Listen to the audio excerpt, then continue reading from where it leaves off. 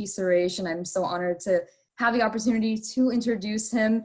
It's no secret that he has a wealth of knowledge and experience. So just to touch a little bit on what he is doing currently, he is the medical director, Heart and Vascular Institute of St. Elizabeth Healthcare in Kentucky, in Edgewood, Kentucky, I believe. And he is also the interventional cardiologist and incoming president of the American Heart Association's Midwest Board of Directors. Dr. Suresh has been practicing in the US for more than 20 years. And, like I said earlier, brings a wealth of knowledge. And something that's very important during this time is to remember that heart disease being the #1 killer in the United States and stroke being the 5th biggest killer in the United States are things that don't go away during this pandemic. So I know Dr. Suresh is going to touch more on these topics, and after he talks a little bit, we will go ahead and open up the floor to questions. So during that time, I encourage you to input your questions in the chat function, and we will go ahead and provide those to Dr. Suresh. If your question is longer and you'd prefer to be unmuted and present that to him yourself, you're welcome to do so as well. And please remember to mute yourself so that way we can hear the speakers at the time. So without further ado, Dr. Suresh, I will go ahead and hand it off to you. Thank you, Shanki. Thank you, Sakti, first for inviting me to talk to all of you this evening. It's a great pleasure and an honor to be among people of South Asian descent, and just to spread a little bit of what I know and what we are all going through now. So just to take a step back, heart disease is the #1 killer in North America. The #5 killer is stroke. Heart disease and stroke are intertwined, both of them being vascular disorders or cardiovascular disorders. If you look at the South Asian population, and if you look at data coming from India, heart disease and stroke are probably very close to being #1 and #4 in terms of killing people of Indian origin in the subcontinent. So this is something that is very near and dear to all of us. Now, in this time, or at this uncertain time during a global pandemic, why is this more important? The reason being, heart disease and stroke actually don't go away. During the course of the next 15-20 minutes, half an hour, I'll try and explain why actually it not only increases, it actually would make it even worse in the long run, because purely in a pandemic situation, people don't go to traditional healthcare because they are worried about going to hospitals and healthcare providers purely from where we are all, with social distancing and the rest of the stuff that we are all following. Everybody is scared. So let me start by giving you a small story today. So I'm seeing patients finally in the office now, after a break of close to 2 months of not seeing anybody in the office. And probably my 8th or 10th patient, which is a virtual visit, was a 92-year-old lady in a nursing home who I have known for the last close to 22 years.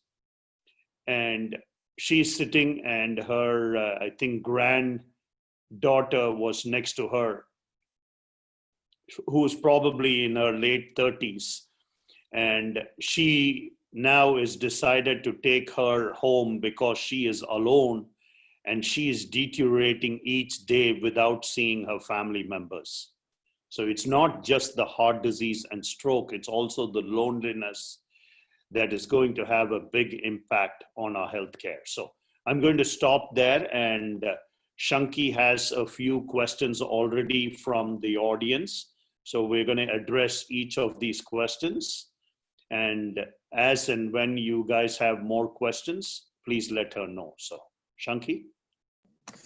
All right, thank you so much. So one of the first questions, and I know you were just kind of talking a little bit about what your day-to-day is now, but compared to January of 2020, let's say the 15th or so, compared to like May 8th of 2020, what has your office environment, how has it changed since then? And, how is it changing daily too, as, you start getting back to seeing patients more often or maybe more in person even?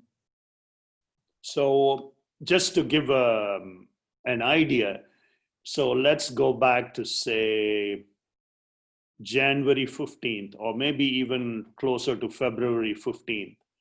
My day-to-day office would be during the office hours. I would go and my first patient's anywhere between 8:30 and 9, and my last patient would be between 3:30 and 4. And we would see close to around, I have a nurse practitioner who works with me. So between both of us, we would probably see anywhere between 30 to 35 patients in the office. In addition to that, we would do stress tests in the office. In addition to that, we would do ultrasounds, echocardiograms of the heart in the office. So fast forward just 60 days. Today is May the 11th. We saw 23 patients in the office, of which 20 of them were virtual visits. Let me repeat it again.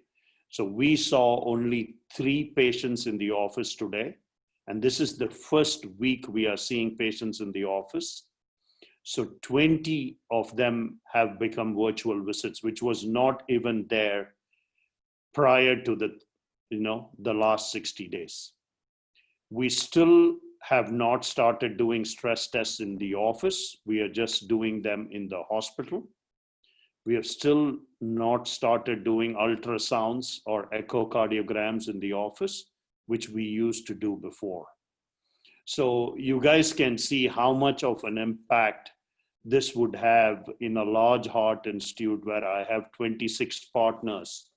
And each of us over the last, let's say, 60 days have not actually seen any of our patients, and now gradually starting to see there is a backlog of patients with multiple heart issues who now will have to reach us. So go ahead.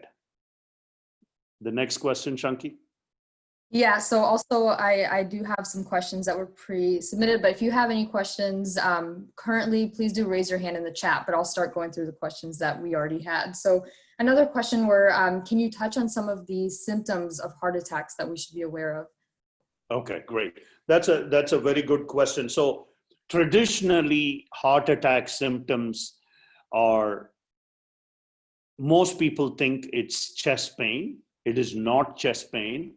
It's more a pressure sensation in the chest that people can have. Second, people usually will have some amount of discomfort in their throat. Sometimes they may have difficulty in their jaw. A lot of people would have some amount of shortness of breath in addition to chest discomfort. Some of them may have tingling in their fingers or in their shoulders, radiating down their arm. Another group of patients will also feel as though they are hot or they are sweating. So chest pain and sweating and difficulty in breathing are some of the characteristic symptoms. Unfortunately, women tend to present with more atypical symptoms than men do. They may just say they feel tired. They may not say they have discomfort. They may say that they are not able to do what they normally did before. And some of the very odd symptoms are, sometimes people just say fatigue, which is another very difficult symptom to tease out, but they may not specifically say chest pain, but they would just say that they are fatigued. So these are some of the commonest symptoms of a heart attack, or commonest symptoms of patients who present with discomfort or chest pain syndrome, as we would call it. So. Sure. Thank you. And another question too, I hope I'm not missing anyone here that's raising a hand. So, oh, let me see. Nope. So kind of another question to go off of that then. So for individuals who do have existing heart conditions, how are they affected during this COVID crisis? And, what maybe do you have to share that can help put their mind at ease during this time? Okay, that's a very important question, Chunky, because the most important thing for people to know is between January and May, nothing has changed other than the fact that there is a lot of, for what to say, people are really scared. We are scared of the unknown. We don't know what is going to happen to us, what is going to happen to our families, and how is that going to affect every one of us in some way or form. So how does this affect a patient with heart disease or who have had stroke before? The first thing they need to know is, me as a healthcare provider, my partners, physicians across the tri-state, we're all still there. We're all still available to take care of patients. So the first thing they need to remember is, if you're having symptoms, for a minute you got to think, I got to reach my healthcare provider. I got to call my doctor. I got to call my family physician. I got to call my cardiologist, whoever that may be. That's my message to everybody is, do not wait at home. Do not think that, you can't go or you can't ask for help. Just to take a step back and say, so normally in my healthcare system, we take care of around 20 to 25 patients with what we call a STEMI, or an acute heart attack, where a patient comes in with sudden onset of chest pain and they close one of their arteries. And then we emergently take them to the cath lab and we open their arteries in order to prevent them from having a heart attack. So I have close to 10 years of data from my health system, and the average number is about 20 to 25 every month without failing for the last number of years. And suddenly, starting in March 15th through May 11th, we have seen a 50% drop in the number of patients coming in. That means people are silently having heart attacks at home and they are not even coming to the hospital. So this is something that's very, very important for people to know, that if they have symptoms, they still should call 911. They should still reach their healthcare provider. So that is a very important message to send out to the community, more so among our South Asians, who tend to be more educated and more read, and they would think that this is not the time to go to the ER with chest pain because I may be infected or I could get exposed. So the chances of dying from heart disease and stroke is very real. So this is not something to be taken lightly. So next, Shanki. Thank you. Yeah, I think that's very important to, know that you should be calling 911 if something doesn't feel right. So thank you. So I know, again, we have talked, I think, we're all very interested in what's going on in the hospital right now. So, from the onset of hearing about COVID coming to the United States and, where we are today, what were you guys able to prepare for this, or what steps did you take to try and be ahead of this coming here? But, what was the culture or climate like for you in the hospital during, preparing and going through with this? So I can divide this into a timeline, just like how initially we all thought this is not something that's going to affect us, which is probably the biggest mistake we did. And it took us the middle of February, probably even the middle of March, for us to really say, okay, we are way behind the 8 ball.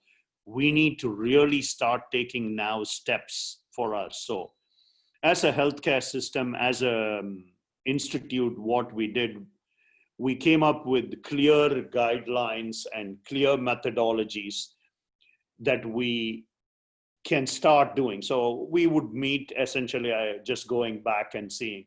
So in mid-March, we all met, the leaders within the hospital system, we all met and we decided that every third day we would decide as to how, because this was constantly evolving. And then slowly we all were waiting for the surge to happen. So in order for the surge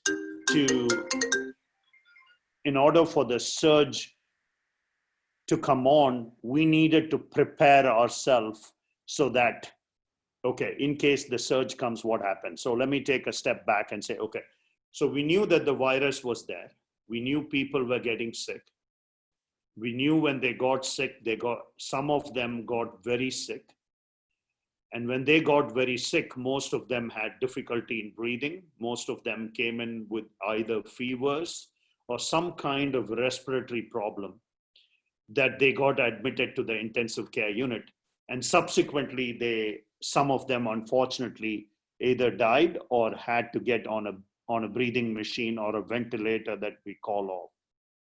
So we had to prepare ourselves in our healthcare system to saying, okay, how many of us can take care of them? How are we going to take care of them? And this was really very real. For the first time in my life or in my career, I've never been worried about falling sick. But here, not only am I going to fall sick, I could make people in my home, my wife and my boys sick. And that became very real for a lot of physicians, nurses, respiratory therapists. So this was something very real that's going to affect all of us. So this was a time where we all said, okay, how do we reduce the impact of our healthcare system? So we divided us into teams. We clearly said, okay, this is team A, team B, team C. This is the first group of people who may get exposed. This is the second group of people who may get exposed. This is the third group that may get exposed. And slowly we decided to reduce that number to the least amount of exposure. And I remember in early April and we decided to designate one of the hospitals as our COVID hospital. So in the COVID hospital, we decided, okay, everybody can't be going and seeing every patient. So as a system, and as I think throughout the country, what people did was the emergency room, people in the intensive care, few physicians were the only people who were going in and taking care of the patients.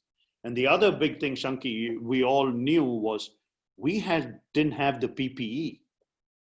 Truly in March and April, it took us a while even in the hospital to get masks.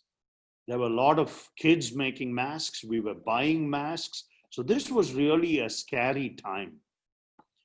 Gradually, as time goes by, now in May, we are slowly having a lot of these things. So this was really not an easy scenario, but touch wood, at least in this greater Cincinnati, Northern Kentucky area, we are past our surge. We didn't even have to go to we divided our group of physicians throughout the system into 4. We didn't even go to the second group. We were that lucky. So only the physicians in the first group that were taking care of the sick patients were the only one that all of us were helping them take care. So, hats off to the nurses and the intensive care specialists who really, put their life on the line in order to help all of us. So. Thank you. And I thank you too. I know you are, still working every day, and, we hope you're staying safe to the best that you can, but really appreciate everything that you do as well. So, kind of going off of that, just kind of on a lighter note, have you heard any? Sanki, one second. There are a lot of questions on the chat. Oh, yes, go ahead. Go ahead. Yeah. Did you see that? No, I think you might be able to see it because you're yeah, so if you want to go ahead and read off from there, since those are here. The first question is, Dr. Suresh, does ACE or ARB inhibitors increase ACE2 expression in lungs and other tissues, or what are the risks for the SARS-CoV-2 infection than before? Okay. So just to give the people in the audience a little more of the knowledge, this is a little more focused question. So when we treat patients with high blood pressure, we use different medications. And one of the group of medications we use commonly in patients with high blood pressure is called as ACE inhibitors. And ACE is angiotensin converting enzyme. It is an enzyme that's present in the lungs, and it's an enzyme that's also present in the kidneys. The kidneys are predominantly the main organ in high blood pressure, the way it mediates it. So ACE inhibitors work on the kidney. Now, COVID-19 expresses itself on the ACE receptors. So there was early on in March and April, there was a lot of, for lack of a better term, noise saying that patients with ACE inhibitors and angiotensin receptor blockers may be affected more because this enzyme is being inhibited. The right answer is, it clearly is not true. There is data coming from the American Heart Association and the American Stroke Association. And as early as the last few weeks, there's been a New England Journal of Medicine paper clearly showing that patients should not stop ACE inhibitors or ARBs. They should continue taking those medications, and it is not anything that should be stopped. Thank you. Okay. Next. The next question is, how has COVID-19 directly impacted South Asians with pre-existing heart disease? So I don't think specifically the South Asians are any different in this regard, because heart disease and stroke actually is a big risk factor for South Asians. They still would have the same symptoms as anybody else, but the biggest risk factor for them would be, in terms of their stress levels, of how the biggest risk factor during the COVID-19 is this uncertainness that we all feel, the anxiety we all feel, the stress that has gone through the roof. So stress-induced heart attacks, stress-induced heart failure is something that is affecting more and more people. To be specific, Sakti, I'm not sure. I cannot think of one specific thing that I can point down to with South Asians that in the last 30 days or 60 days that has dramatically changed. Only time will tell when we look back at our data as to how it is. Thank you, Dr. Suresh. The next question is, what are the current protocol, how that changed before the COVID-19 crisis when someone comes to the hospital with heart attack or any clinical, cardiac disease today? Yes. Do you have same kind of protocol? Like, are you testing first COVID-19 before you get started the treatment? So that's a very good question, Sakti. So when I mentioned to you, when you look at patients with chest pain syndrome, there are three ways how we treat chest pain syndrome. We call what is called as an acute heart attack, or STEMI, ST elevation myocardial infarction. That's the term for STEMI. So the idea is these are the patients who come in with chest pain, who probably have closed their arteries in the last few hours. We would take them emergently to the cath lab. So those are the people that somebody comes into the EMS comes in, gets an EKG, they immediately call one of us, the cath lab is open, they come in, I open the artery, I put a stent, and then they go to the floor. Hopefully they do very well, and they are home within 48 hours. What has happened, not only has the numbers reduced because people are coming later, what has happened now is we still are doing the same thing. The only thing what we do now when we take the patients is we assume that they are COVID positive. So in terms of us, we protect ourselves with PPE, and we use an N95 mask, and we use all the coverings that we need in order to do, but the procedure per se has not changed. So we continue to take care. That's why I'm saying call 911. We still will take care of you the same way. The next part of the question, Sakti, you're saying is the testing. Just to spend a few words about testing, there's been a lot of press about testing. So as of March and April, we didn't have much testing at all. Till the later part of, till maybe April 15th, we had one test and it would take a week to come. So we assumed anybody who had a cough, a fever, or shortness of breath, that they had COVID and they would get admitted in the hospital. Since it took 7 days to get the result, everything that we did before, we continued to do them. So there were a lot more healthcare providers and nurses and respiratory therapists who got sick in February and March and in April. But luckily, fast forward another 30 to 60 days. Today, in most hospitals, if somebody were to come in, we would still take them to the cath lab. We have a test that we can get as quick as half an hour, which is a screening test, which we can quickly do. We don't wait for half an hour. We take the patient to the cath lab, but within half an hour, we'll know if the patient is COVID positive or not.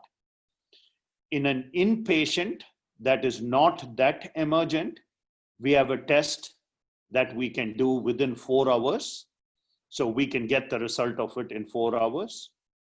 And then we have another test which we can get the results within 12 hours. And then another test where we can get within 24 hours. Most of these tests are slightly different, but sometimes it's more because of availability that the testing has become like that. Because every hospital system has only so many of these tests that they can get. So as of today, only in the acute emergencies would we use that test where we absolutely need to know within the first half an hour or 45 minutes. Otherwise, we do the test that takes a little bit more time. So hopefully that answers some of your questions, Sakti. Thanks, Suresh. The next question is from Vijay Velu from Emory. How does the immune response play a role in the heart disease in COVID-19? That's an interesting question. So from what we know of the virus, COVID-19 is a coronavirus. There are many coronaviruses that affect kids and young adults. COVID-19 is a specific kind of coronavirus. Just like any other virus that affects us, we all develop a viral syndrome. The problem with coronavirus is it's not that you don't develop a viral syndrome like any other viral illness. It's just that the response to some people is completely different than the others. And that's where lies the uncertainty, which means one person is minimally symptomatic with little or no symptoms, and another person gets so sick that within 48 hours, they get on a breathing machine. Do we know exactly what kind of immunity or how this affects it? I don't think we know that to a very certain detail. All we know is there are a group of people who, for some reason, their immune systems actually overreact and their immune response actually kills them. It's not the virus that kills them. It's actually the response that the body does that actually kills them. Or the viral load becomes that high, and for some reason the body reacts completely differently in a small select group of people. So hopefully that answers the question. On the same line, the question continues, do you see immune activation or coagulation in those patients? Okay. So all patients, there is immune activation, but it's not possible for us to really clearly define what that means. You know, the people talk about cytokine storm and all that stuff. So just to take a step back. So somebody gets infected with the virus spreads in the body, the virus then puts out certain certain material, the body reacts to it. And then there's an expression of what we call cytokines that are released all over the body that then destroys multiple blood cells, the lungs, the heart, various organs in the body, and the patient ultimately succumbs to it. We don't know today why Tom reacts with a mild fever and has no other infection, whereas John gets it where he's on a breathing machine and he's no more in 48 hours. Only time will tell us as to how to do it, because there is no blood test we can do to measure most of these things. It's not available currently. So you can't truly measure cytokine levels before you treat somebody. You will treat them symptomatically, meaning based on that clinical symptom you would treat, and you hope that the virus and the body reacts and you get out of it.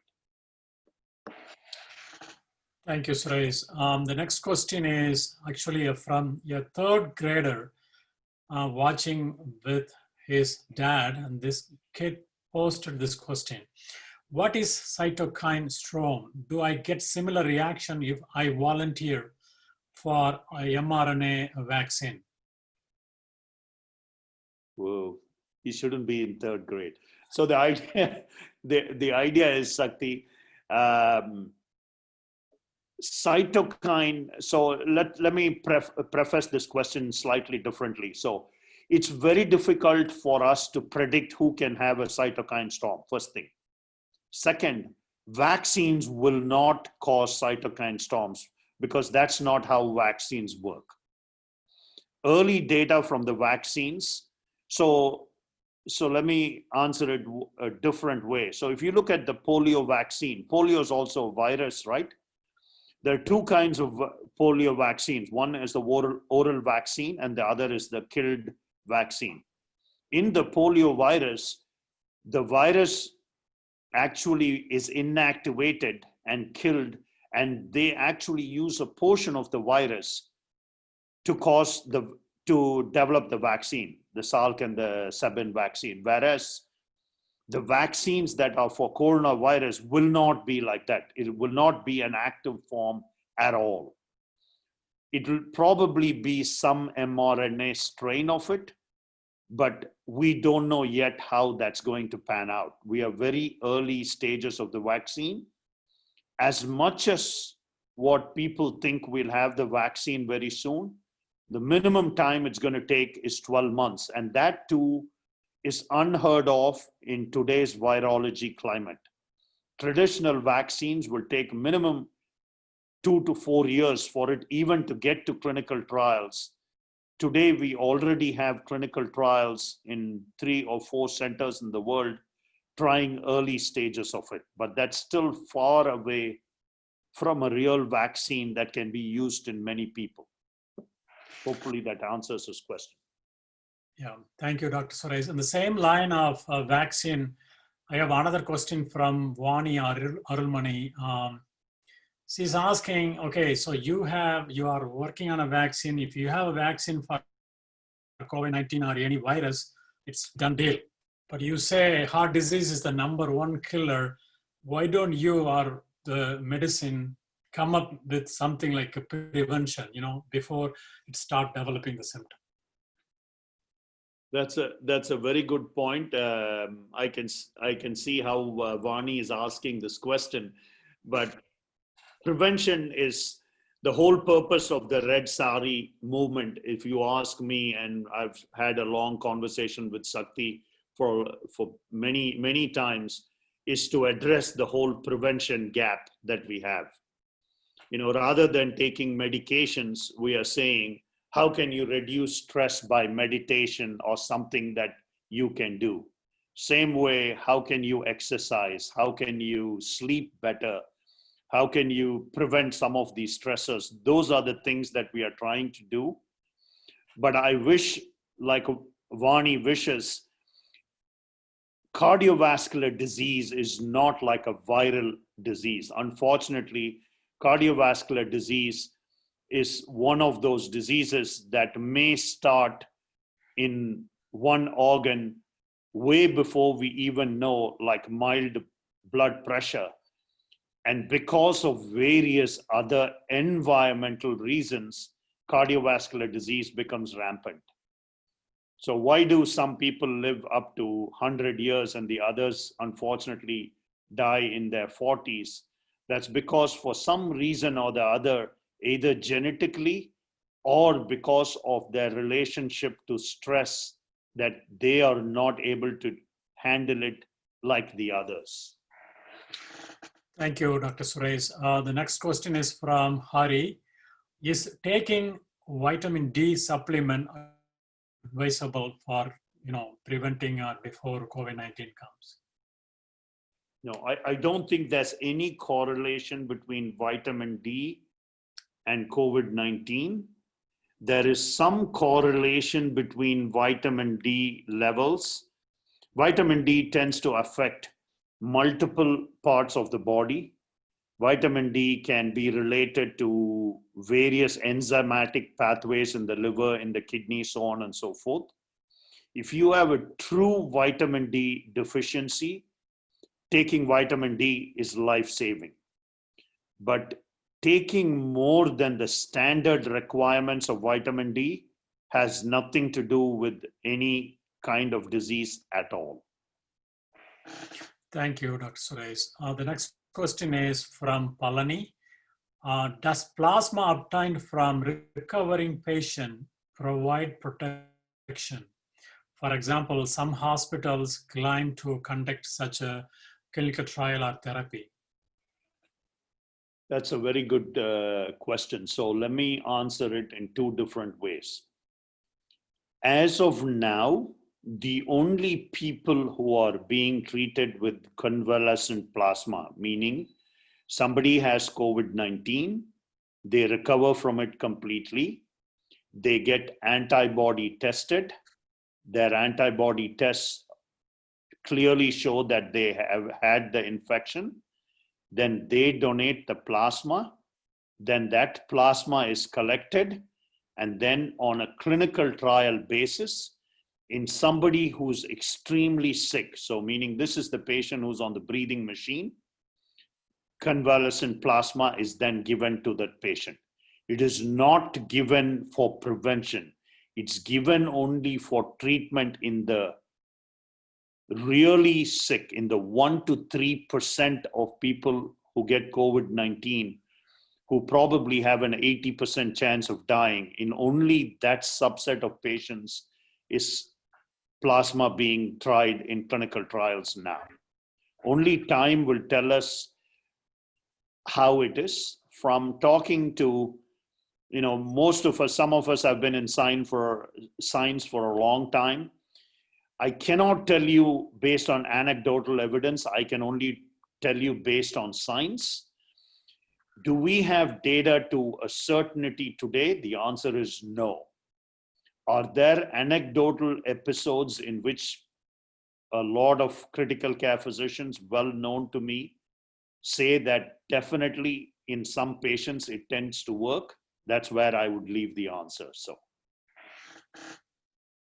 Sakti. Thank you, Dr. Suresh. The next question is from Dr. Murugesan Rajaram. He is from OSU, a leading immunologist. So he's referring New England Journal of Medicine data set that like large patient cohort, 6,700 patients they were used, and then showed that 57 percentage of patients had pre-existing cardiovascular disease such as hypertension. So the question is, do you think any link for hypertension and inflammation? For example, is that the COVID-19 caused severe inflammation and that is linked to aggravate by hypertension? I mean, what is the link between these two? That's what he's asking. He's an immunologist. So let me answer his question in two ways. We know from the data that he's talking about in 6,000 patients, the single commonest reason in New York City, single underlying condition in which when patient presented to the hospital, if they were to take a history, they found out close to 60% of them had high blood pressure. Now, just for a minute, I would want to take a step back and look at that data. If you were to look at any patient entering any hospital system today in North America with the most illnesses, 50% of them would have high blood pressure. So which means high blood pressure is pretty common in a lot of our population. So you got to keep that in the back of your mind. Second, hypertension is, people have spent 20, 30, 50, 100 years studying hypertension. There's a lot in hypertension. We don't know as much as we know about hypertension. So is there some inflammatory component in hypertension? Yes, 100%, because patients get stroke, they get heart attacks, they get kidney failure. So definitely there's an inflammatory concept to it. Now, as far as how the virus is connected to that, it's all extrapolation. I don't think we have enough. I cannot tell you that if he's thinking that is hypertension a gateway to the virus, that's one way of looking at it. I'm not convinced that's what it is, because there's a lot more people who have hypertension than who present to the hospital. Thank you. The next question is from Mr. Pankraj Desai. So he's relating his question towards South Asians or Indians. Are there any measures to optimize drug or drug therapies for South Asians or Indians based on our ethnic and genetic background? That is exactly the goal of Red Saree. As of now, we don't have specific data based on South Asians. So the whole purpose of us starting Red Saree and these South Asian initiatives is for us, one of these days, is to have a clinical trial of robust nature that we can do predominantly in the South Asian population and come to some of the answers that you're asking about. As of now, if you look at clinical trials across North America and across the world, less than 1% of the patient in any large clinical trial is of South Asian descent. So I think it's a very good question. Now, Sakti and me are part of the AHA, and there are multiple, activities within the American Heart Association. And with a lot of effort, we have now added the South Asian subset as actually a risk factor. I think you know that, but just like high blood pressure, being South Asian is actually a risk factor. So you have two risk factors if you are sitting and listening to this talk. One, you're South Asian. Two, you may have high blood pressure, because if I were to check the blood pressure, I'm seeing here 48 participants. If I can put a blood pressure apparatus on all 48 of us, I would vouch to say that 33% to 50% of us will have borderline high blood pressure. And this runs in the South Asian subset. And most of us will never have symptoms till you go and check it. So the learning point here is, if at all possible, each of you should, after this talk, check your blood pressure. Sakti? Thank you. Yes, of course. We have 5 more questions. I think I would stop further questions posting. I think this is an exciting very informative session. So the next question is from Vijay Kumar Velu. He's asking, do we have a very selective or specific biomarker to predict heart attack during the COVID-19 infection? No, we don't have. So just to take a step back. So we know patients with high blood pressure, patients who are obese, patients who have diabetes are the people who succumb from COVID-19. So let me say this again. So if you are hypertensive and if you're obese and you're a smoker, and if you have these three risk factors, one, your chances of getting a heart attack are already high. Now, if you have COVID-19, that increases your risk even more. We don't know which is the chicken or the egg story in the sense, does COVID-19 increases your risk of heart attack? No, I don't think COVID-19 per se increases your risk of heart attack. You being hypertensive, diabetic, obese increases your risk of heart attack. Now, to take a step back, COVID-19 does some really odd things. One, COVID-19 directly can, in a small group of people, affect the heart. What does it do? It causes an acute cardiomyopathy, which means there's an acute inflammation in the heart. The heart suddenly swells. Patients go into an acute heart failure, which is why sometimes in a small group of patients, they have tried to put heart-lung machines, so on and so forth, in this small group of extremely sick patients. Second, we know that COVID-19 can also present with strokes. That is also being recently reported, that young people or older people present with stroke, and the stroke itself is not related. They come in with COVID-19 positive. We don't know why that is, but that's one thing. Third, we know that there are blood clots both formed in the heart and also blood clots in the legs and in the fingers and the hands, in the tips of their fingers. For some reason, there's thrombosis. So these are some of the vascular issues that can happen with COVID-19. So, Sakti? Thank you. The next question is from Chris Melkani. He's a cardiac biologist. So I don't know which place he's from. His question is, how much COVID-19 affecting our social distance, our daily life interruptions, and circadian clocks affecting our cardiac health? Wow. So let me, okay, that's a great question. So first thing is, we know there is a virus. We don't have a treatment for the virus. So the only thing we can do is prevention. The whole social distancing is based on CDC data saying that when somebody coughs, the virus travels to about 6 feet and it drops. So the rationale for 6 feet is not based on a lot of data, but it's based on some public health measures. So if you can distance yourself from somebody around 6 feet, the chances in case they are asymptomatic, you may not get the virus.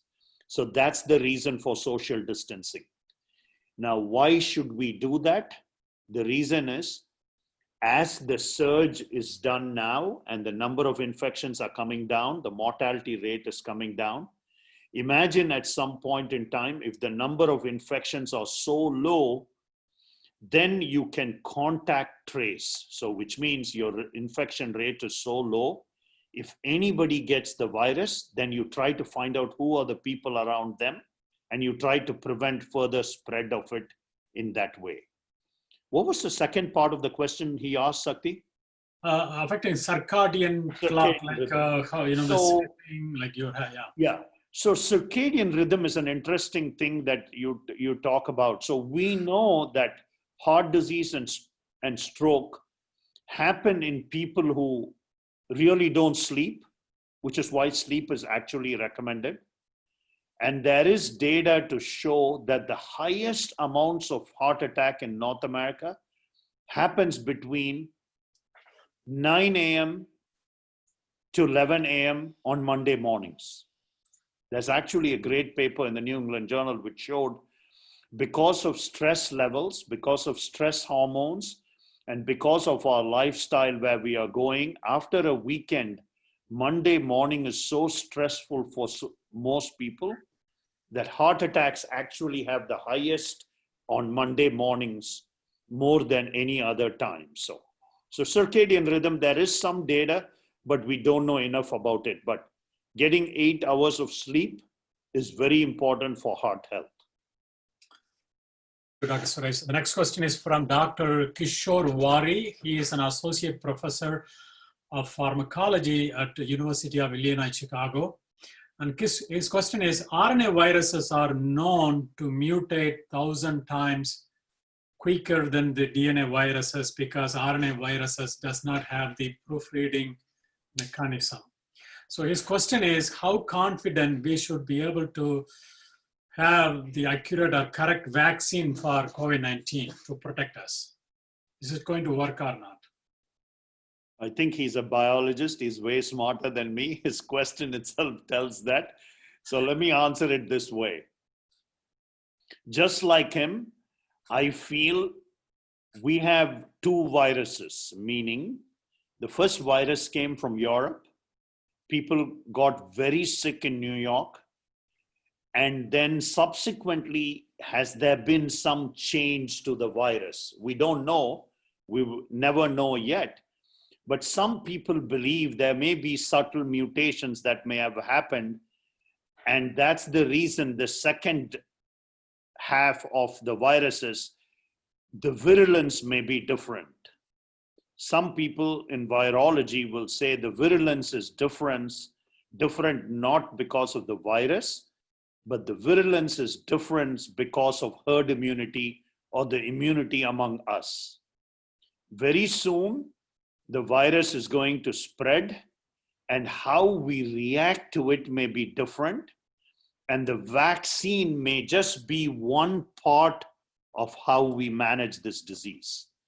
So like, for example, if you are in New Zealand today, New Zealand has come down to 0 cases in the last, I think, 10 days or something. So imagine fast forward another 14 days, there may not be any new infections in New Zealand at all. So I would make a case that anybody entering New Zealand is going to have a 14-day quarantine, which they've already done. So which means the chances of the virus entering New Zealand may be a lot lesser. So then, do they need a vaccine? You follow what I'm saying? So we don't know. The question what he's asking about RNA virus is a very true one. Yeah. There are very smart people way, way beyond me who are working on this probably for half their lifespans. So we are hoping one of them will wake up one morning and come up with an answer, and it will benefit the whole world in terms of how we do this. So. All right, so the next question is from Sriram again. Any, anti-clotting agents, is that going to help the COVID-19 prognosis? What's the reason of clotting with COVID-19? So I think recently, within the last few weeks, there have been some cases where people have started using heparin, which is an anticoagulant, in really sick patients. And there's some early data showing that maybe there's benefit. We don't know how and why. COVID-19 causes a viral syndrome. COVID-19 does not cause a coagulopathy. But in patients who get extremely sick, there is a condition called DIC in which they start bleeding everywhere from thrombosis. So there is one rationale in very sick people to put them on blood thinners. So that's the only connection I can see. Sakti? Yeah, all right, thank you. The next question is from, we have 5 more minutes or 3 more minutes, so we will wrap it up. So you can get the questions later, Sakti, and then we can answer it to them, in a different way rather than this online forum. We can, reach out to them and answer their questions. So Right. So the another question, so we still have 3 more minutes. I would ask, this is my last question, but we can answer the other later on. How does home remedies are helpful? For example, hot water, hot tea, steam, Ayurvedic, homeopathy, etc., etc. I wish it was one of those questions where I could finish off saying, yeah, we got the answer, we're all done. But I wish, so the only way I can say is social distancing, absolute must. Keeping yourself clean, absolute must. Wearing a mask is absolute key. So I would think if you wear a mask wherever you go, and if you stay with a mask with most people that you're around with, the chances of exposure, I think, even with a simple mask, dramatically reduces. And I can tell you this based on our data from our own center. After, I think, April 14th, or is when everybody in our hospital system, where you cannot enter the hospital without a mask. Everybody has to wear a mask if you are with any contact with anybody. Every patient was masked. Every visitor was masked. No visitor was allowed in the hospital since April 15th. Since then, our spread within our healthcare providers has dropped close to 90%, which means there is a true benefit. So the chances of you walking into Kroger and getting infected is a lot higher than you getting infected in a hospital today. That's why calling 911, going and seeing your family physician, going and seeing your cardiologist is not as infective in some way or form, or as dangerous than going into Kroger or going into a place. Very soon we're going to start opening bars. We're going to start opening restaurants. So if you are in a crowded place with 100 people, let's say on May 29th, the chances of somebody being infected in that is extremely high. So social distancing is probably the one thing that is going to really see us through this, even after opening, which means, if you can have restaurants where there are 6 or 7 chairs and there are few people, if you can stay away from enclosed spaces, all those things would benefit more. I wish I can say a hot tea or some bourbon is going to take this away. It probably won't. All right. The question next is from Dr. Annie Thomas. She's from Loyola University of Chicago. She's an associate professor over there. So the hydrochloroquine is so popular these days. Her question is, do you prescribe it in your practice, or what do you recommend? So actually, recently there has been more data showing that hydroxychloroquine is not as beneficial as what people once thought it to be. There is some early clinical trial data that has come out. There are some peer-reviewed literature that is coming out. So have I prescribed in prevention? No. Have I prescribed in people who are very sick, who are treated? Yes. So hydroxychloroquine is currently being used in North America in a select few patients. A month ago, a lot more patients got it than today. So today, if there is a patient who's COVID-19 positive and who has minimal symptoms, I don't think physicians are just writing hydroxychloroquine for them just so that is a treatment form. Was it used in February? Yes. Was it used in March? Yes. Was it used in April? Early part of April? Yes. Second part of April, slowly the data started coming. is there a growing sense of, lack of data currently and questions about that? The problem is hydroxychloroquine is not innocuous. It does prolong QT interval. There have been cases of sudden death from hydroxychloroquine, especially when you use hydroxychloroquine along with azithromycin, which is a Z-Pak. It tends to increase your chances of having sudden death. That's why taking that as a prevention is not recommended. Thank you. I think that's all I have in my side. I hand over to now Sanki Arulmani to conclude the session. Thank you. Thank you everyone for all the insightful questions, and Dr. Suresh, thank you so much for your time today and really for, fighting for us on the front lines. I know that's scary, and we really appreciate you and appreciate you being here today and your support for the Red Saree organization.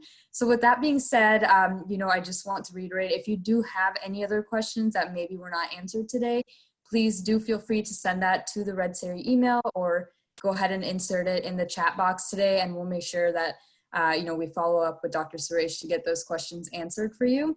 And with that being said, again, thank you, Dr. Suresh, and please do join us again for our next Zoom meeting. And we'll be talking about fitness goals with Mrs. Agalya Subramanian. So thank you, everyone. Thank you so much for listening, and I'm wishing all of you safe, healthy, happy life. Thanks. With social distancing as much as possible and staying healthy and happy. Thank you. Thank you. Thank you so much. Thank you all. Thanks, Shakti Thank and you, Shakti. Chanti. Thank you. Thank you so much.